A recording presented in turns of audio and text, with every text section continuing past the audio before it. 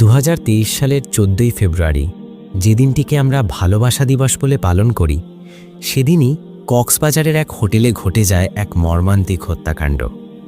জেসমিন আক্তার নামের এক তরুণী, যিনি হয়তো ভালোবাসার স্বপ্ন দেখেছিলেন, হয়ে গেলেন নিষ্ঠুর খুনের শিকার। মুস্তাফিজুর রহমান নামের এক ব্যক্তি তাকে স্বামী স্ত্রী পরিচয় দিয়ে হোটেলে নিয়ে যান এবং পরদিন সকালে তার মৃতদেহ উদ্ধার হয়। এই ঘটনা শুধু একটি খুনের ঘটনা নয়, এটি আমাদের সমাজের গভীর অসুস্থতার প্রতিফলন। যে দিবসটিকে আমরা ভালোবাসা বলে উদযাপন করি, সেই দিবসেই একজন মানুষ আরেকজনকে নিষ্ঠুরভাবে হত্যা করতে পারে। এর চেয়ে লজ্জার আর কি হতে পারে? কোথায় হারিয়ে যাচ্ছে আমাদের মূল্যবোধ? এই ভালোবাসা দিবস আসলে কি শেখাচ্ছে আমাদের তরুণ প্রজন্মকে?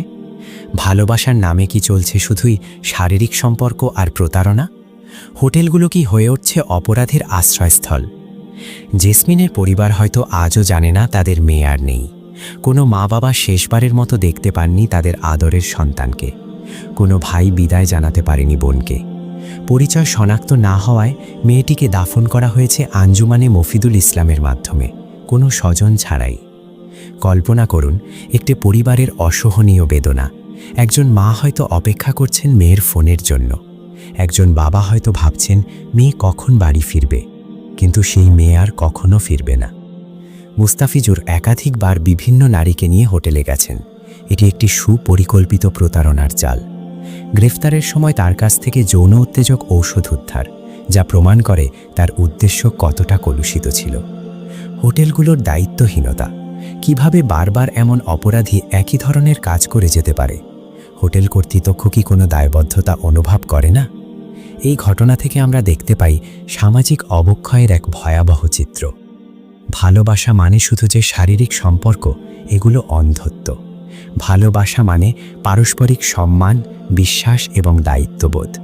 কারো সাথে নির্জন স্থানে যাওয়া থেকে বিরত থাকতে হবে। সম্পর্কে প্রবেশের আগে ভালোভাবে যাচাই করতে হবে। জেসমিন আক্তারের মৃত্যু, এটি আমাদের সমাজের ব্যর্থতার গল্প। আমরা যদি এখনই সচেতন না হই, এমন ঘটনা বারবার ঘটতেই থাকবে। আজকে যে মেয়েটি জেসমিন, কাল সে হতে পারে আমার বোন, আমার মেয়ে কিংবা আমার আপনজন ও প্রিয়জন।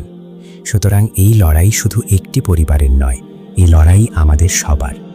সামাজিক অবক্ষয়ের বিরুদ্ধে আমাদের সম্মিলিত প্রতিরোধী উপহার দিতে পারে একটি নিরাপদ ও মানবিক সমাজ।